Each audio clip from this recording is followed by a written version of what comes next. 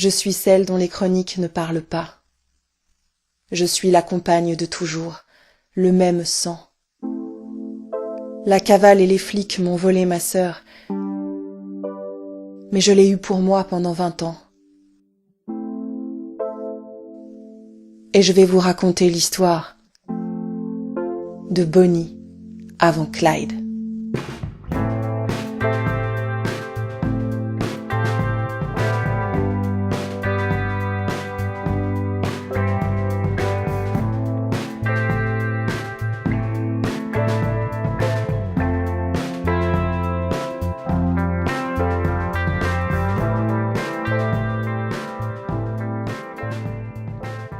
Avez-vous déjà lu un de ses poèmes ? Certains disent qu'ils valent quelque chose, que Bonnie avait une âme de poétesse authentique. Elle était très bonne élève, douée en orthographe, en composition. C'était une fille brillante, studieuse, très futée.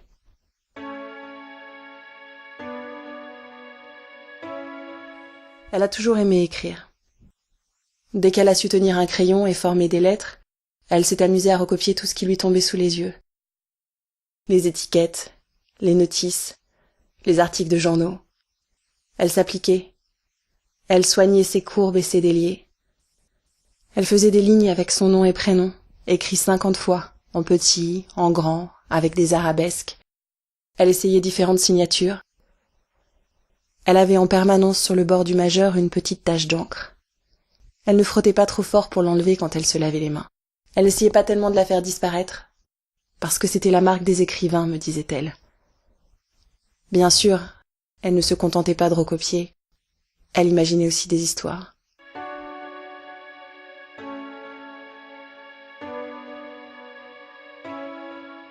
Elle remplit des pages et des pages de récits qu'elle invente. Elle écrit dans les marges pour faire durer les cahiers plus longtemps, tellement petits parfois que c'était illisible pour moi. Je me moque d'elle, parce que je suis fâchée qu'elle préfère rester à gribouiller sur ses carnets plutôt que de venir jouer avec moi. Alors j'essaie de faire comme elle, de l'imiter. Je prends une feuille de papier, un crayon, je m'installe près d'elle. Pas trop près, pas trop loin, parce que le but c'est quand même de passer un moment avec elle. Mais j'ai beau rester des heures face à ma feuille blanche avec mon crayon, rien. Elle est concentrée sur son cahier. Elle écrit. Et moi, y a rien qui me vient. J'ai pas d'histoire à raconter. Ou peut-être que je n'ose pas, parce que j'ai peur que mes histoires soient moins bien que les siennes.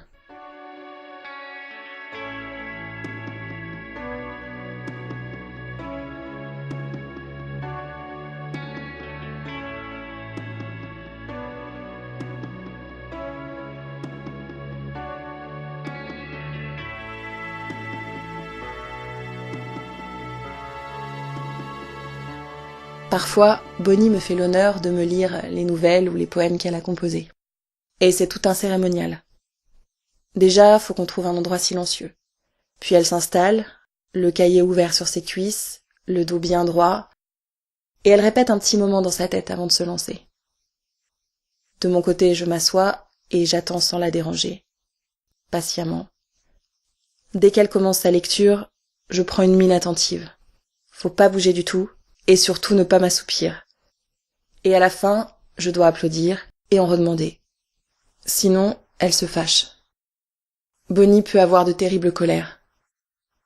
Quand elle est mécontente, elle sait se montrer très dure, très froide. Quelque chose change dans son regard et elle bascule. Elle perd son sourire. Ses lèvres minces restent pincées, ses mâchoires se crispent. Elle se met à parler plus vite et plus fort. Elle marche dans tous les sens nerveusement. Ou bien elle se plante, raide, les bras croisés. Elle casse des objets. Bonnie déteste l'injustice, et elle y est très sensible. Beaucoup de choses la révoltent.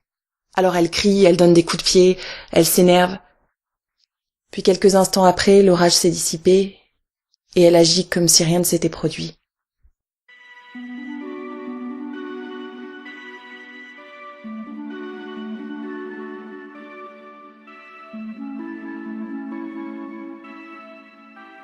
J'admire son talent.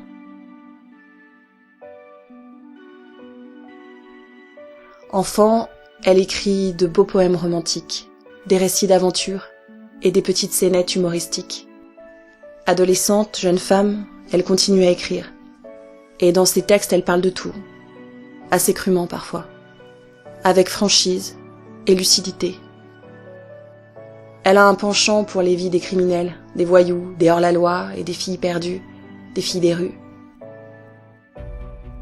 Elle est douée pour saisir un personnage. Bonnie a le sens de l'observation. Elle trace ses lettres avec élégance.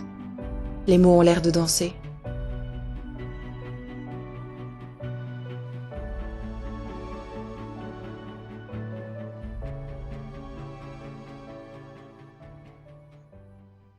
Elle m'a écrit beaucoup de lettres. Je les ai rangées dans un endroit où personne ne pourra les trouver. Aucun de ces vendeurs de papier.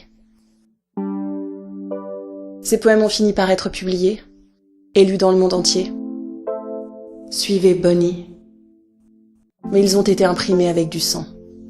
Au prochain épisode.